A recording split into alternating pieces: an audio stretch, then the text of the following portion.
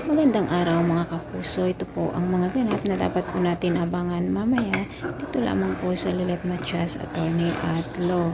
So mga kapuso, hindi nga tinanggap ng mga abogado doon sa bilangguan na kung saan ay magiging partnership sana ang ating bida na si Lilet Matias dahil nga po sa kanyang pagka-ex-convicts dahil sa pagparatang sa kanya na siya ang pumatay kay Attorney Meredith Simons.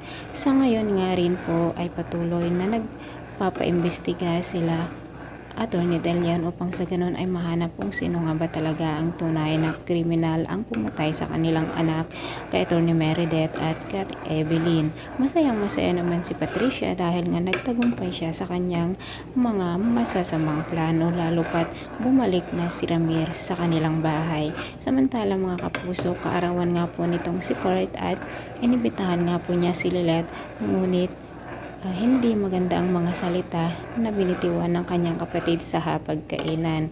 Nakwento nga ni Lilet kay Ces na napaka saklap talaga ang kanyang buhay dahil maraming mga tao ang hindi nagtitiwala sa kanya dahil nga isa lamang siyang maliit na tao o tinatawag na unano. Samantala mga kapuso, hindi na rin nakapagpigil si Attorney Alon dito kay Ira at ipinagtapat nga niya ang kanyang nararamdaman. May pagtingin din kaya kay Ira dito kay Attorney Alon mga kapuso. Ganoon din po si Kurt.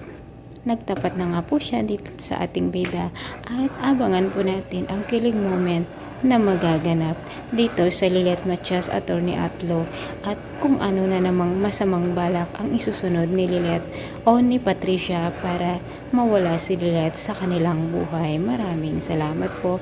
Abangan lang po natin o patuloy lang po natin subaybayan ang Lilet Matias Attorney at Law. Thanks for watching. Bye-bye.